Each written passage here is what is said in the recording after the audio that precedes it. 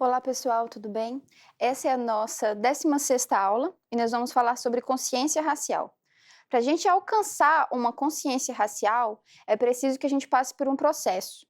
E para esse processo requer uma valorização da raça, que a gente quer fazer parte e pertencente. Mas a gente precisa de uma consciência racial não só para as populações negras e indígenas que são da nossa disciplina. A consciência racial ele tem que vir de todos. E a gente vai entender melhor isso um pouco mais à frente. Essa valorização, para chegar numa consciência da nossa cultura afro-brasileira e indígena, ela não estamos falando necessariamente da cultura afro-brasileira e indígena, nós também estamos falando da nossa. Apesar de serem grupos que nós não pertencemos, eles pertencem a gente. Apesar de a gente não pertencer a eles, nós fazemos parte deles, né? No decorrer desse processo, né, para a gente desenvolver essa consciência racial, houveram resistências. Houve uma resistência dessa população negra e indígena que aqui habitava para a preservação da sua história. Porque se fosse depender da população não indígena e não negra, que queria, na verdade, sobrepor a sua cultura acima deles, não haveria mais nada. Então, se temos hoje esta disciplina e estamos buscando essa valorização, né, dessa história e dessa cultura, é porque muitos lutaram por isso e são principalmente reminiscências de sobreviventes, tanto sobreviventes estamos falando de seres humanos, quanto sobreviventes de histórias, de costumes, de práticas e teorias. Em seguida, sobre a valorização da cultura afro-brasileira e indígena, ela é um direito. A gente viu em outras aulas, né, como também que o INCRA atua no direito à terra, como que tem outros direitos assegurados, outros direitos, né, também assegurados de políticas públicas e tudo mais. Só que há para uma política de valorização para que seja uma preservação do nosso dia a dia, que a cultura negra e indígena seja reconhecida no nosso dia a dia e aceita, seriam necessários que fossem precisos, que fossem assegurados esses direitos. E infelizmente eles não são. E eles não serão de cima para baixo, né? Dando um spoiler. E qual que é um dos maiores enfrentamentos para o nosso desenvolvimento de uma consciência racial, de uma valorização da nossa cultura? Porque nós somos uma colônia de exploração. Como que a gente vai cultuar o nosso passado de exploração?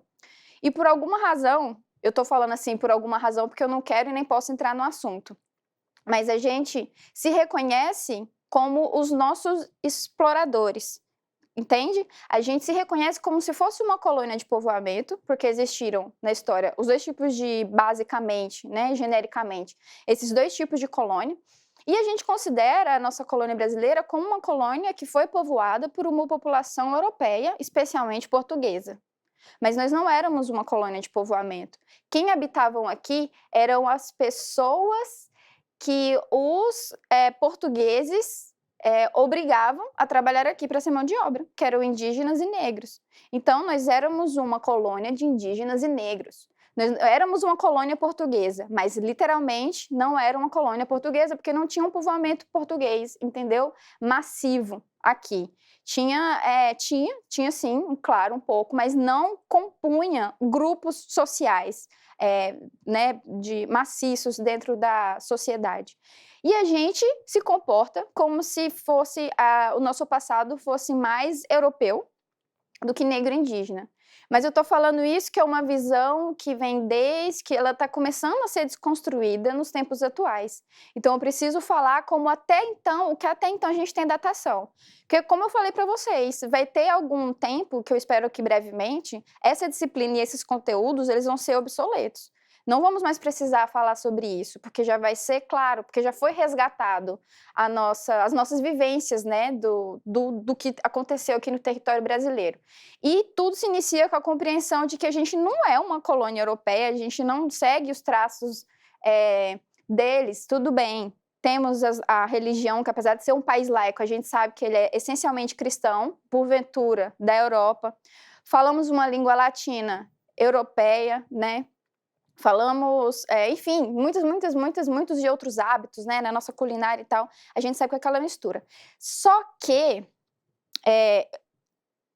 eu preciso que a gente inverta a situação. A gente sabe o que é uma colônia de exploração com um pensamento como se fosse de povoamento. E uma colônia de povoamento, vocês já viram como que é? Eu vou trazer para vocês o exemplo dos Estados Unidos, que a ideia dela era de se tornar uma nova Europa. Como? Dando o exemplo aqui para você da cidade de York, que fica na Inglaterra. Fica na Inglaterra, chamada de região de Yorkshire. Queria entrar em curiosidades aqui para falar sobre a raça do cachorro, mas eu não sei de nada. Eu sei que tem a cidade de York, antiga. E aí, devido às adversidades que estavam acontecendo na Europa, porque vocês têm que pensar a Europa como um pedacinho de terra, porque ela é praticamente do tamanho do Brasil, se não me engano, um pouco menor. Então lá, né, como as coisas estavam acontecendo, muitos conflitos, a coisa estava muito efervescente, eles visualizavam, né, eles já tinham esse lance da expansão marítima, de falar assim, caramba, a gente precisa de um espaço, de outro território nosso. Por exemplo, quando eles imaginavam que os Estados Unidos seriam uma nova Europa, pensem no jogo de War. Eles conquistaram aquele pedacinho da América do Norte e ali naquele litoral eles traçaram um planejamento, um projeto de uma nova Europa. Qual é a diferença da América Latina? O projeto era para ser de exploração e aqui era para ser de uma nova Europa. Qual é uma evidência que a gente tem? A própria cidade de Nova York. Ela é inspirada na cidade de York, que fica na Inglaterra. Então tá aí, ó, para vocês verem. Bem no litoralzinho, a cidade de Nova York. E aí, a própria construção dos Estados Unidos, ele vocês veem o quanto... O nosso país, Brasil, a inspiração do nome dele vem de quê? Venezuela, a inspiração vem de quê? China, a inspiração vem de quê? Estados Unidos. O que é? Qual é o nome desse país? É um país que ele nem tem nome. Ele foi tão planejado que só pegaram todos os estados e perceberam que, né, teve uma organização ali espacial e falou assim, bom, somos Estados Unidos, então nós somos Estados Unidos. E aí, para vocês verem o quanto que é artificial também a construção desse lugar e até a própria cultura hoje em dia. Posso perguntar rápido, qual é um prato típico dos Estados Unidos? Você vai pensar Starbucks, você vai pensar McDonald's, você vai pensar qualquer outra coisa, mas de cultura mesmo não tem, porque ela é artificial, é uma tentativa de trazer a Europa para cá, de ser uma nova Europa. Tem aqui um mapinha para vocês aqui do planejamento deles na época. Tem a New York, tem New England, né, Nova Inglaterra, tem Nova Jersey. Nova Jersey tem hoje em dia lá, porque tem uma Jersey também na Europa. Então, é possível, nesse estado, que aqui também tinha uma população autóctone, né? Tinha os povos originários, tinham os indígenas, chegou a invasão das navegações europeias, que tomaram ali de conta, mas o nível de pertencimento em que consegue ser criado dessa população é tão distinto que chega a ser quilométrico. A diferença de pertencimento da população estadunidense com a população daqui. Então, é muito mais fácil para eles uma valorização dessa cultura, entendeu? O pessoal veio de bom grado da Europa para cá. Queriam fazer uma nova Europa, né? Trazer os costumes ali. Já estava tudo muito explícito. No nosso caso, não, foi imposto. Lá eles, não, vem, pode trazer sua cultura. Aqui não, vamos impor em cima da galera que estava aqui. Só dando uma recapitulada, contextualizando. Também houve escravização nessa região dos Estados Unidos, né? Nos Estados Unidos, o período de escravização, acho que ele não chegou... Ele tá ali na média de uns 200 anos, escravização dos Estados Unidos. E aqui vocês lembram, né? Foram quase 400 anos de escravização. Então, também tem essa diferença de olhar para o passado e ter orgulho. Para a gente é mais difícil olhar para o passado e ter orgulho. Isso explica toda aquela movimentação, busca de nova identidade, criar uma nova memória para o país, a democracia racial, vamos criar esse mito. E aí acaba que a gente também tenta entrar numa artificialidade para poder se convencer do que a gente se pertence. E isso é extremamente problemático e é um pouco triste. Então, assim, a gente entendeu que para a galera dos Estados Unidos, por ser uma colônia de povoamento, é muito mais fácil se sentir pertencente e sentir valor do seu passado, né? Eles celebram o Dia de Ação de Graças, que é quando tomaram de conta de lá do estado, como algo muito importante, eles agradecem aos navegadores que chegaram lá. Aqui, até um tempo atrás, eu lembro, pelo menos quando eu estava na escola, era muito celebrado, né, a data de celebração da chegada dos navios, dos navios não, das caravelas. As caravelas são bem menorzinhas, chegando aqui no litoral. A gente comemorava na escola, pelo menos, não sei se como é hoje em dia. Mas aqui não faz sentido ter tanto motivo para comemorar.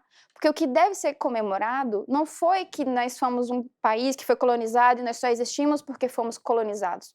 O que nós temos que comemorar é que nós sobrevivemos, certo? Então, o que eu vou fazer com esse meu passado? Eu vou valorizar a exploração, eu vou romantizar, que nem a ideia do Gilberto Freire, né, falando assim, não, gente, o Brasil só é Brasil porque estava unido o branco, o negro e o índio, só por causa da relação da Casa Grande com a Senzala. Essa relação, ela teve que existir para as coisas serem boas como elas são hoje. Então, assim, o que eu vou tirar de bom desse período, disso que eu estou estudando, desse tempo para trás, sabe? Como que eu vou mergulhar? Sendo que eu vejo hoje, o que a gente viu nas aulas anteriores, marginalização, desemprego, desigualdade social e racial. Por que eu vou querer lembrar disso? E aí, tudo começa a se fazer sentido de eu não querer me importar com esse passado doloroso. Para que eu quero lembrar disso? Para que eu vou querer lembrar disso? Por que eu quero ver isso? O nome dessa foto se chama As Costas Açoitadas. Ela foi tirada em 2 de abril de 1863 em Baton Rouge, na Louisiana. O nome dessa pessoa é Gordon, ou ele é também chamado de Whipped Peter, que significa Peter chicoteado. Essa foto ela foi tirada em um exame médico, após ele ter tentado fugir meses antes, nos Estados Unidos. É um exemplo dos Estados Unidos porque é ainda o que a gente tem de evidência e de catalogado. Porque também ninguém vai ficar tirando foto de agressões, de violência. A maioria das agressões a gente não vê. E eu estou falando isso no nosso dia a dia também. Bom, a gente vai valorizar a exploração? Não, de forma alguma. Nós devemos valorizar a força dos explorados.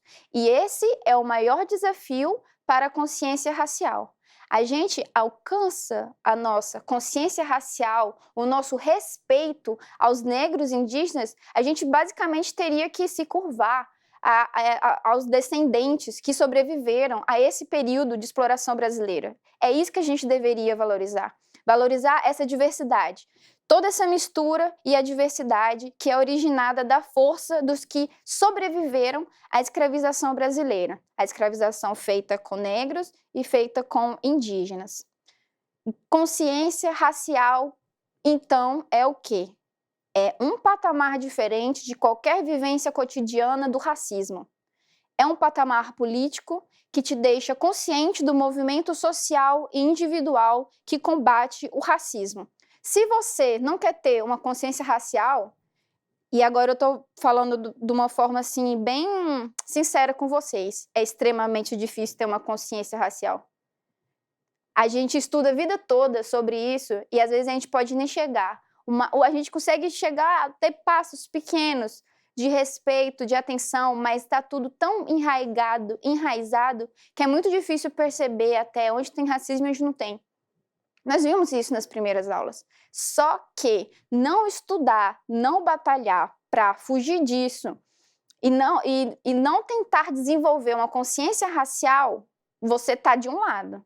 e você está privilegiando a etnia branca. Então, sem consciência racial, é o maior prazer, entendeu? É bom que as pessoas não tenham consciência racial. É por isso que não se fala sobre isso tanto, não se desenvolve, por isso que não está no nosso dia a dia, por isso que é cansativo, por isso que é chamado de militância, por isso que é chamado de mimimi, por isso que não interessa. Quanto melhor fugir disso, é melhor. Por quê? Porque isso é um movimento que privilegia a etnia branca que precisa da desigualdade. E eu sempre fiquei pensando, como que eu vou explicar para a galera que a etnia branca ela precisa da desigualdade? Porque eu consigo explicar em questões de relações de trabalho, né?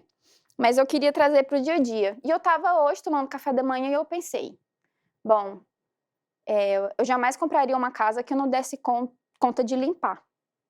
Foi um pensamento que eu tive. Porque se eu tiver que ser dependente de alguém para manter uma coisa que é minha, as coisas já estão um pouco fora do controle.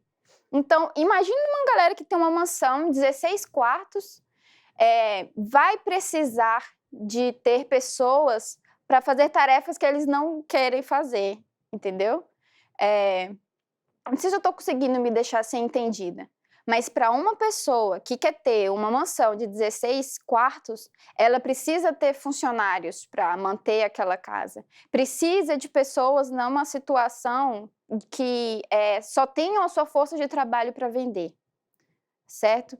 Então, a etnia branca, ela se privilegia, né? Mas ela também se alimenta dessa escassez de oportunidades e de direitos da população que é negligenciada, né? Negra, indígena e os seus descendentes. E a justiça, ela é cega, né? Mas a injustiça a gente pode ver. A justiça, ela é branca. E a gente sabe que quem também está no poder definindo as coisas politicamente são brancos. Isso sem querer entrar em papéis também de gênero. Mas a injustiça a gente vê todos os dias. Engraçado, né? Como é mais difícil ver a injustiça do que a injustiça. E a consciência racial, ela é um processo, como eu comentei com vocês, mas ela é também um processo de descolonização. Descolonizar-nos, né? Então, descolonizar seria basicamente a gente ter uma recusa a essa cultura que é imposta.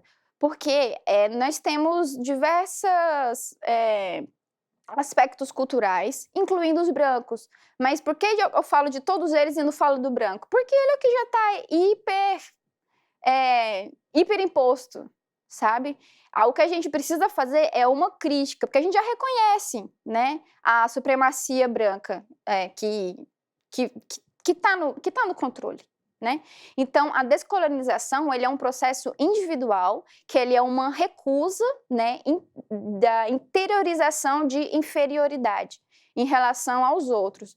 É a população descendente de negros indígenas reconhecer a própria força e a sua superioridade e que tem capacidade de ocupar espaços de poder, né, apesar de não ter as oportunidades, mas que tem capacidade e de não aceitar as coisas de cabeça baixa, e agora eu estou falando mesmo de um formato bem genérico.